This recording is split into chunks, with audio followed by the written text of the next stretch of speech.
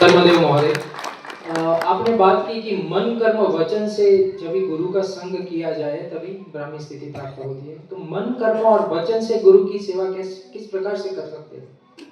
मन से उनके गुणों का चिंतन करना, कर्म से उनकी सेवा करना और वचन से उनके गुणगान गाना। इस प्रकार जब मन कर्म वचन से हम उनका संग करते हैं तभी हम ब्रह्मरूप हो सकते हैं। सम्यक धर्मदेव महोदय, स्वामी की बातों में भी अक्षर ब्रह्म तत्व की क्या अनिवार्यता है वह बताई गई है। स्वामी को हम पुनः निवेदन करते हैं। स्वामी ने ईशा आदि अष्ट उपनिषद में ईशावास्य उपनिषद, केनोपनिषद इत्यादि उपनिषदों का चयन किया है। आगे हम उपनिषदों के विद्वान ऐसे परम महोदय से विनती करते हैं कि अक्षर ब्रह्म के बारे में उपनिषदों में किस प्रकार से वर्णन किया गया है, किस प्रकार से अक्षर ब्रह्म गुरु की आवश्यकता दर्शाई गई है।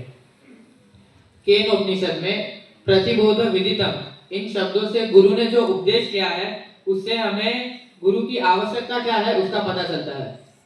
प्रतिबोध विदितम मतम अमृतत्वम ही विन्दते।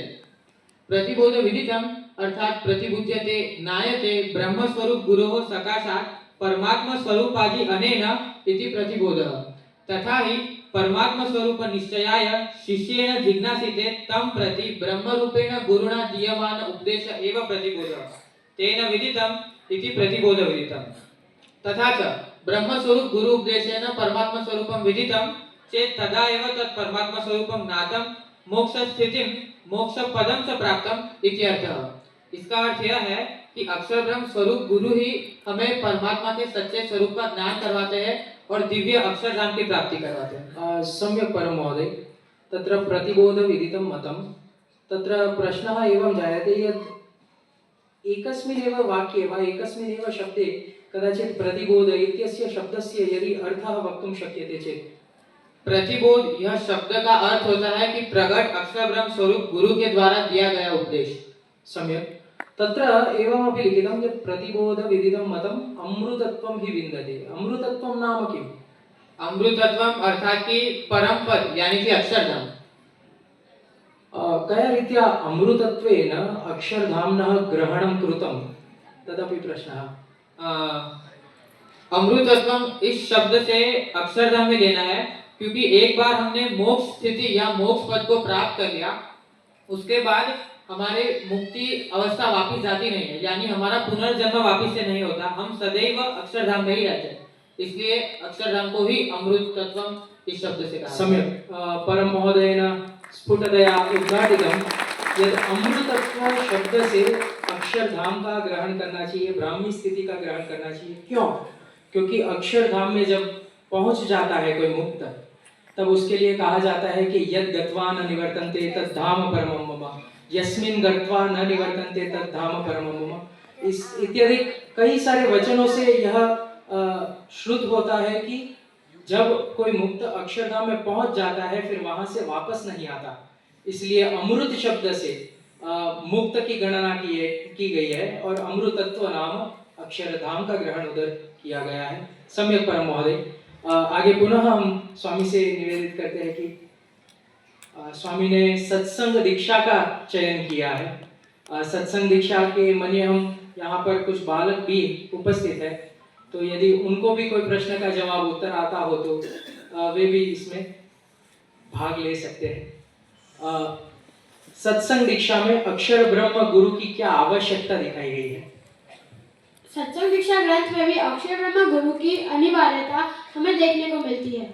गुरु ब्रह्म स्वरूपम तो विना न संभवेत भवे तत्वतो ब्रह्म विद्याया साक्षात्कारो ही जीवने। इस संसार में ब्रह्म स्वरूप गुरु के बिना जीवन में तत्वतः साक्षात्कार संभव नहीं है। नोत्तमो निर्विकल्पश्च निश्चय परमात्मना न स्वात्म ब्रह्म भावोपि ब्रह्माक्षरं गुरुं विना। अक्षर ब्रह्म गुरु के बिना परमात्मा का उत्तम विकल्प निश्चय नहीं हो सकता तथा खुद के आत्मा में ब्रह्म भाव भी प्राप्त नहीं हो सकता।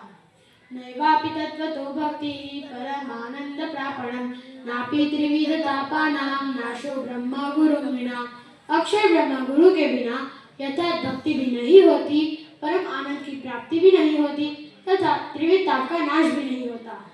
सम्यक यज्ञ महोदय, प्रश्न यह है कि त्रिविध ताप का नाश नहीं होता अक्षर ब्रह्म गुरु के बिना। आपने अभी बताया त्रिविध ताप यानी कि त्रिविध ताप यानी कि मुख्य 3 ताप है। पहला अधिभूत, कोई भी मनुष्य या अन्य जीवों के द्वारा जो दुख प्राप्त होता है उस दुख को अधिभूत दुख माना जाता है।